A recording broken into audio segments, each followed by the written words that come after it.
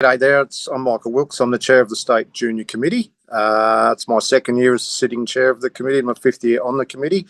Based out of Merimbula on the far south coast of New South Wales, and been involved in junior bowls for many, many years.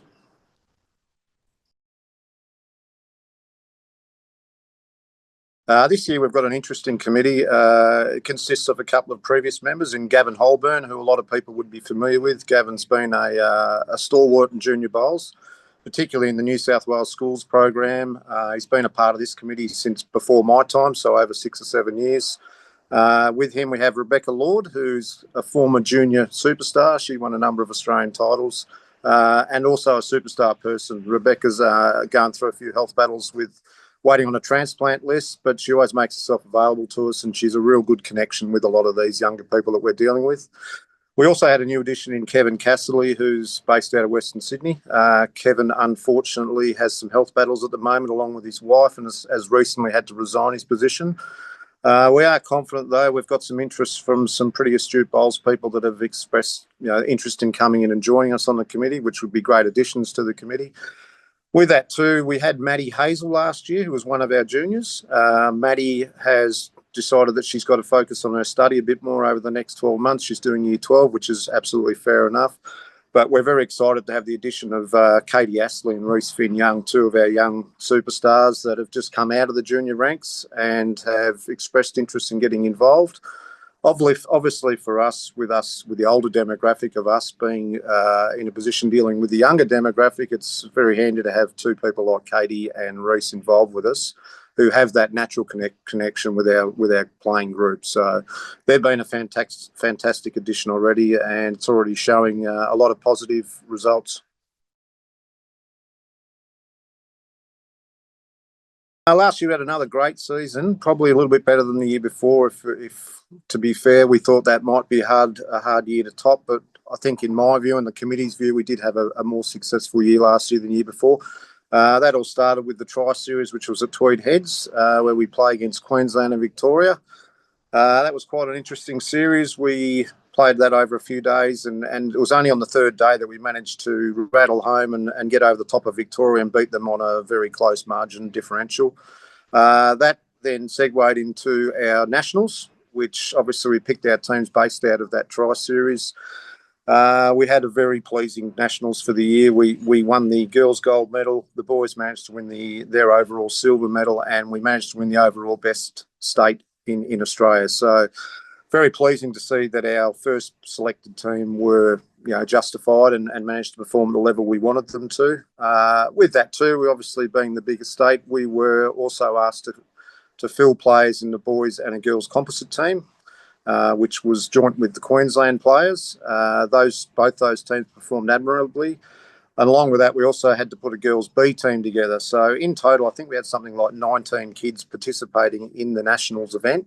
Probably one of the pleasing, or a couple of the pleasing achievements from it were Travis Moran's gold medal in the singles. Trav dominated that event, and we all knew that he was up for it. He proved his quality, the way he went about the business.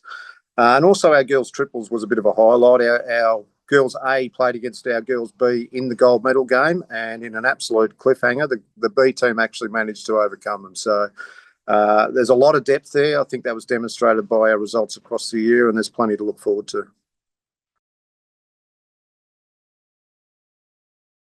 We have plenty of events planned, as we always do for the coming season.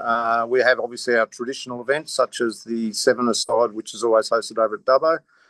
That's done so in a regional format, so the 16 regions submit their teams, and then they play singles, pairs, fours, disciplines down to overall winners. So there's an overall winning region, and there's also obviously medals for the best performed in each discipline. We also have our state championships, which has been traditionally played at Warilla, who have done an amazing job hosting that event over a number of years now. That event has been moved for a year just to see how it goes, but it's been moved actually to my hometown down in Merimbula, giving a regional area a bit of an opportunity. Obviously down here we have a strong junior focus, so I know the parents locally are quite happy about not having to travel too far this time around.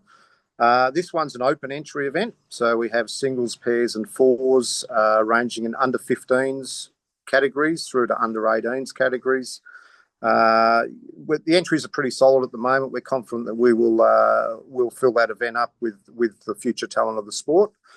Aside from that, we're looking at other junior events such as the Australian Open. There's a few events around Moama, Sunbury, and different other places like that. We do watch the results of those as well. And then also with that, how our kids are performing in the open age events.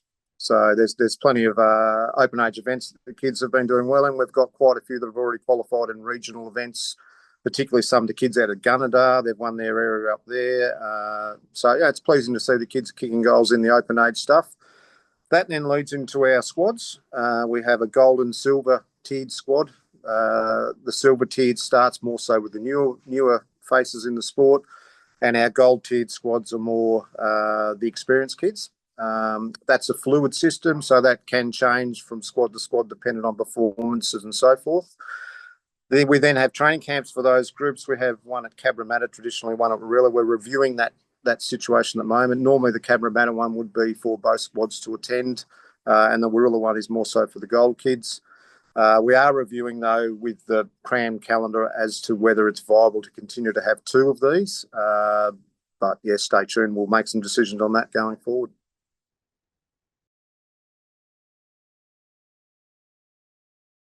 There's obviously numerous expectations on our kids. We try not to keep it too onerous on them, though. Admittedly, they're trying to strive and represent the state of New South Wales, but they're also kids, so we don't want to overburden them too much. Previously, we had a pretty strong focus on drills and that sort of thing, and they were expected to submit them regularly to an email address that we had organised for them. We've probably relaxed that a little bit now. We're not stressing that as much. It isn't compulsory, but it is still desirable. That'd be the way that we're probably looking at that. Obviously, participation is a big thing. We want to see them participating in junior events in particular, and other events, that are relevant to their progress, such as Open Gender Pennant.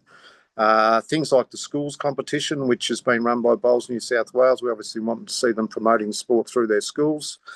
And then obviously, just being good ambassadors for our sport. We look at all of that when we're picking our teams and selecting who's going to be in our squads. It's important to us that they are representing New South Wales in the right way. We do stress that a fair bit. I'm sure a lot of the kids would say we sort of ram it down their throats a bit about their behaviour and making sure that they are good ambassadors for our sport. So aside from that, it's just about them performing out there when the opportunities come, and there's not too much we are not across or we don't see. Yeah, moving forward, I've got to say that we've been very fortunate with the management of Bowls New South Wales. We've received a number of challenges with the way we have to have our ratios with adults to children and all the rest of it. There's obviously been a few incidents here and there in the past. Thankfully, none of them have concerned our kids, but it has created cause for new rules to be put in place. We've had Courtney and Kira, Lee Stinson, even Tim, the CEO, has joined us at events to help us make sure we made the ratio of one adult to every three kids. And I think the kids have got a lot out of that, and I actually think that the management of Bowls New South Wales would probably concur. They've got a lot out of that as well. So I think that's really helped to generate a great camaraderie amongst the up-and-coming future of the sport and those that are delivering the governance of it. With that too, we're looking at some changes apparently with Bowls New South Wales and the way they're going to run our national events. The formats look like being reviewed, which will be interesting. It'll create a longer process in the delivery of these events, but I think a more interesting one for the kids as they're more involved, and I think they'll probably get an extra day's competition out of that. I'm sure they'd enjoy it. With that too, it looks like it might allow the opportunity to reduce the impact on us having to facilitate so many players. I think sounds of things, states and territories will have to provide their team, and there won't be these composite teams. So it'll be interesting to see what happens with that. Also with that, it's been great working with the State Selection Committee on certain things. They've been fantastic in allowing us to put two of our nominated boys and girls straight into the state trials. I know that's giving a lot of benefit to those kids, and I think when you look at who's actually starting to represent New South Wales and knock on the door, like your Joey Clarks, Jack McShanes and so forth, these opportunities are critical to making sure that they can make that leap straight into the open age stuff. So I think Bowls overall is in a great place, particularly with the juniors leading into the open age stuff and all the rest of it, and also with the way that the management of Bowls New South Wales is embracing our programs. and supporting what we're trying to do.